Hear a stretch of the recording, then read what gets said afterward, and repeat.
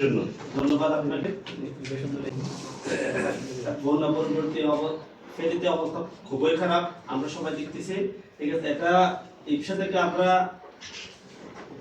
এখন তো খুব আর অন্য কিছু দেওয়া সম্ভব না। এখন ধরেন পানি বিশুদ্ধকরণ ট্যাবলেট, ফিটকিরি এগুলো দিয়ে আবার আমরা সহযোগিতা করতেছি। যখন বন্যার পানি নেমে যাবে তখন আমরা স্থায়ী সমাধান থেকে যাব। এখন আপনারা কি পানি নিরাপত্তা করার জন্য ট্যাবলেটটা কি সাপ্লাই দিচ্ছেন? হ্যাঁ, এটা ইপসা থেকে আমরা সাপ্লাই দিচ্ছি। হ্যাঁ, আমি এখন চেয়ারম্যান সাহেব, আপনারা কি ওনারা যে পানির ব্যাপারে বলছে ওদিকে পাচ্ছেন আপনারা? অবশ্যই পাচ্ছি। ওনারা আমাদেরকে যথেষ্ট হেল্প করতেছে এলাকার মানুষকে দুর্যোগ থেকে বিশুদ্ধ পানির জন্য। আর স্থানীয় সরকারের পক্ষ থেকে আমরা একটা প্রকল্প হাতে নিয়েছি যে ভবিষ্যতে যে এরকম বন্যা হলে মানুষের পানির নিরাপদ পানিটা যেন পায়,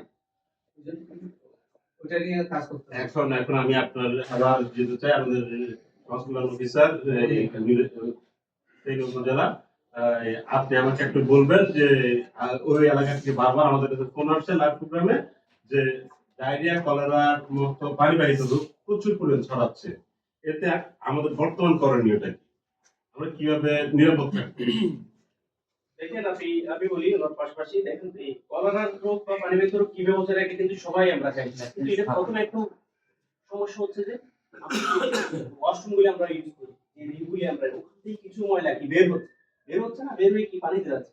পুকুরের পানি এখন গ্রাম অঞ্চলের মধ্যে পুকুরের পানি রান্নার কাজে ব্যবহার করে, টাউনের দিকে তো এখন করে না, কিন্তু গ্রাম অঞ্চলে ওখানে কি হচ্ছে ব্যবহার করছে। এবার দেখেন ওই ময়লার ওখান থেকে মাছি মশা পথে যাচ্ছে, আমার একটা খাওয়ার মধ্যে যাচ্ছে, তো ওগুলি খাইলে কি আমার কি হচ্ছে, আমার ডায়রিয়া হচ্ছে, তাই না?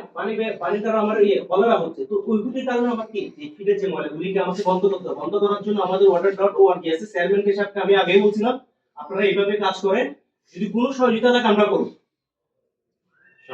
তার মানে হচ্ছে কি আমরা ভালো থাকার জন্য যদি আপনারা water.org যারা আমাদেরকে বিভিন্ন ধরনের পানি নিরাপত্তা এবং স্বাস্থ্য নিরাপত্তা রাখার যেসব ক্রাইটেরিয়া আমাদের একটা ট্রেনিং এর মাধ্যমে এলাকাবাসীকে যদি আমরা সচেতন করতে পারি তাহলে এই নিরাপত্তা সম্ভব।